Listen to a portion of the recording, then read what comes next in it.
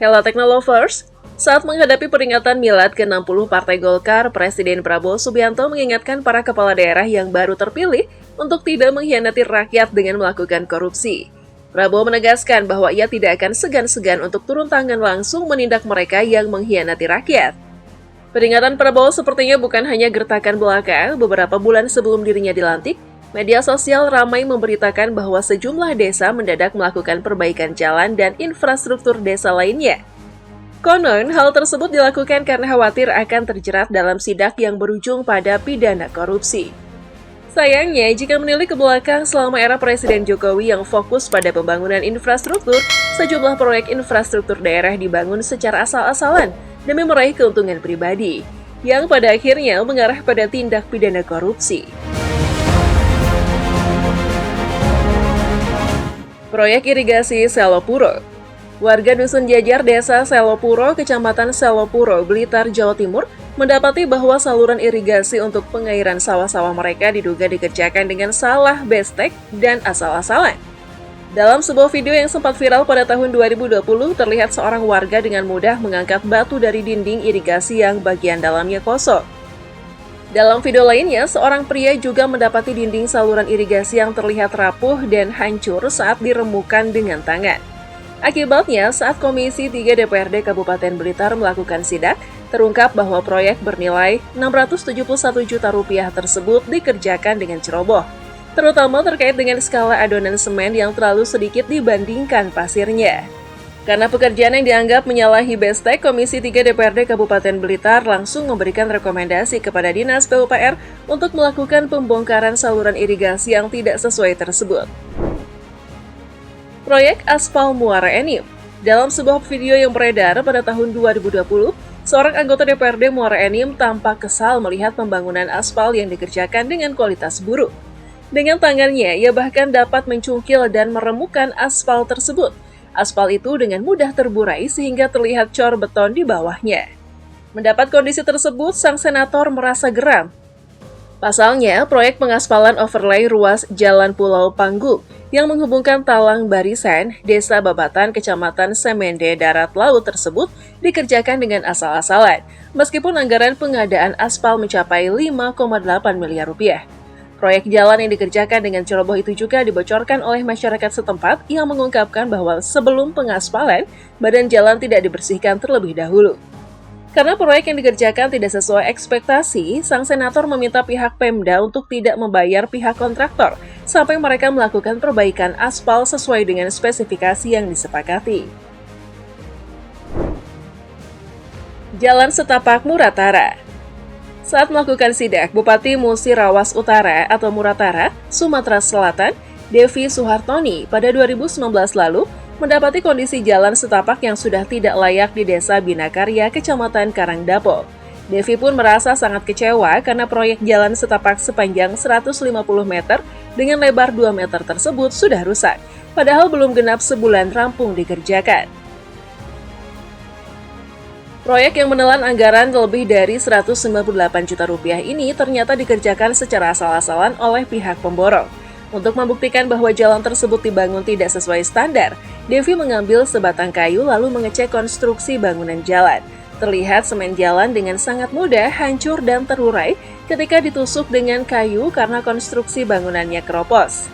Devi pun menduga pemborong bekerja asal-asalan karena ingin meraup untung besar. Karena kesal, ia pun berjanji akan segera memanggil pihak pemborong untuk dimintai pertanggungjawabannya. Proyek Jalan Aceh Tengah. Pada 2019, sebuah video sempat viral ketika Susilowati, anggota DPR Kabupaten Aceh Tengah, menggaruk jalan aspal di daerah pemilihannya di Desa Kekuyang, Kecamatan Ketol, Aceh Tengah. Saat digaruk oleh Susilowati dengan tangan kosong, aspal tersebut seketika remuk. Menurut Susilowati, dirinya turun tangan mengecek jalan dengan anggaran Rp606 juta tersebut. Setelah mendapat laporan dari warga, ia mengaku tidak ingin kontraktor nakal mengurangi kualitas proyek di daerah pemilihannya. Jalan sepanjang sekitar 800 meter tersebut dibangun menggunakan APBK Aceh Tengah tahun 2019. Susilowati menyatakan bahwa jalan tersebut akan dilapis aspal sekali lagi.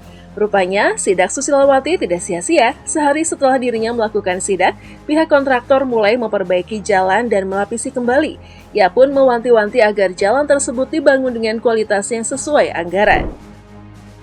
Proyek Jalan Lingkar Wonogiri. Mantan calon Presiden Ganjar Pranowo yang dikenal murah senyum pernah marah besar dalam sebuah kunjungan saat dirinya masih menjabat sebagai Gubernur Jawa Tengah.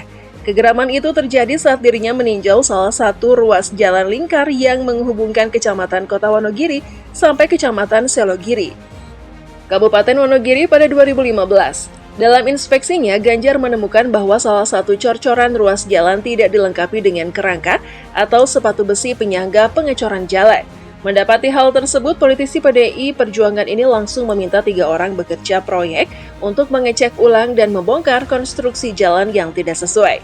Benar saja, pasca pembongkaran proyek dengan pagu 6 miliar rupiah itu, tidak ditemukan satupun sepatu cor semen. Padahal sepatu cor semen ini berfungsi untuk mengaitkan dasar tanah dengan cor batu. Wajah petugas pelaksana pekerjaan jalan di lokasi hanya tertunduk pucat dan mengakui kesalahannya. Pihaknya berjanji akan langsung memperbaiki konstruksi jalan yang tidak sesuai dengan standar tersebut. Proyek Dinas Kesehatan Pasuruan. Kemarahan dan kekecewaan anggota Komisi 3 DPRD Kota Pasuruan pada 2017 terlihat saat melakukan sidak pada salah satu proyek milik Dinas Kesehatan Kota Pasuruan. Mereka terlihat berang karena mendapati proyek bangunan dengan anggaran Rp623 juta itu dikerjakan secara serampangan. Hal itu terbukti saat mereka mendorong dan menendang dinding proyek pagar gedung unit kefarmasian yang seketika temboknya ambrol. Para anggota dewan ini juga mengecek dengan menggunakan tangan dan bambu. Beton dan dinding bata tersebut tampak mudah diremukan meskipun hanya dengan tangan kosong. Akibat asal-asalan dalam membangun, anggota Komisi 3 DPRD Kota Pasuruan ini menghentikan proyek tersebut dan memanggil ketua pelaksana serta pimpinan proyek untuk dimintai keterangan. Proyek Puskesmas WGT. Anggota DPRD Sika dari fraksi Hanura, Wenceslaus WG, juga marah besar saat melakukan pengecekan ke Puskesmas WGT di Desa Egon, Kecamatan WGT. Wenceslaus geram melihat fisik bangunan yang dikerjakan oleh kontraktor. Karena sangat kecewa, Wenceslaus WG merobohkan bangunan Puskesmas WGT karena kualitas bangunan yang mudah roboh dan berpotensi membahayakan. Bangunan Puskesmas WGT yang terletak di Kecamatan WGT ini menelan dana sebesar Rp4,2 miliar. Bahkan sebelum sidak, bangunan tersebut sudah roboh akibat dihantam banjir. Proyek revitalisasi trotoar Blitar. Pada akhir 2020 lalu, anggota Komisi 3 DPRD Kota Blitar melakukan sidak proyek revitalisasi trotoar dan saluran air di Jalan Melati, Kota Blitar. Saat pengecekan ke lokasi, Komisi 3 menemukan sejumlah bangunan trotoar yang pekerjaannya sembrono dan asal-asalan. Saat memeriksa langsung, anggota Komisi 3 dengan mudah melepas keramik di bagian pinggir trotoar menggunakan tangan. Padahal nilai anggaran untuk revitalisasi trotoar di Jalan Melati dan Jalan Mahakam tersebut menghabiskan dana hingga Rp7 miliar. Temuan yang mengecewakan tersebut membuat PLT Kepala Dinas Pekerjaan Umum dan Penataan Ruang atau DPUPR Kota Blitar, Hakim Sisworo, mengatakan akan meminta rekanan segera memperbaiki kualitas bangunan yang masih kurang sebelum jadwal pekerjaan rampung pada 30 Desember 2020. Proyek Jalan Ratamba Batur. Pada 2018 lalu beredar video Kepala Dinas Pekerjaan Umum Perumahan Rakyat atau DPUPR dan Bina Marga Kabupaten Banjarnegara, Tatag Rohyadi, yang terlihat mengamuk.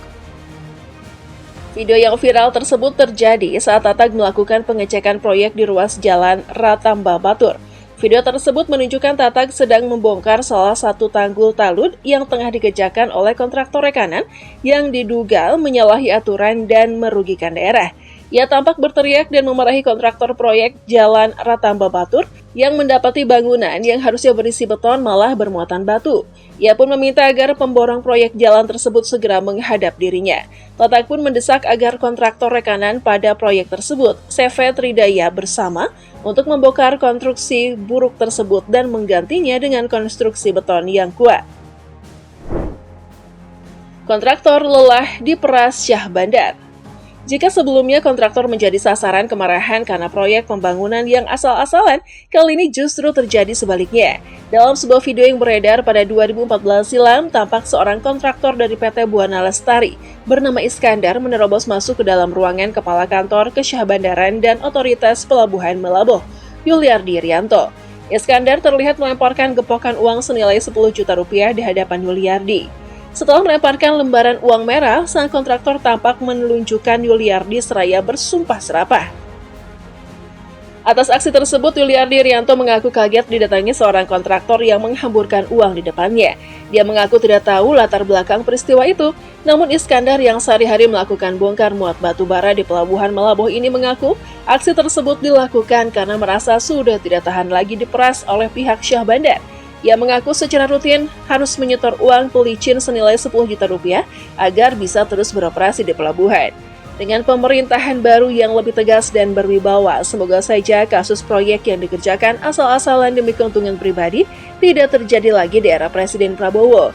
Dengan gaya kepemimpinannya yang tegas, diyakini kasus korupsi berupa markup anggaran yang sebelumnya lumrah terjadi, semoga tidak terjadi lagi, sebab dampaknya merugikan rakyat yang tidak maksimal menikmati pembangunan yang berkualitas. Guys, apakah di daerahmu masih ada proyek yang dikerjakan secara asal-asalan?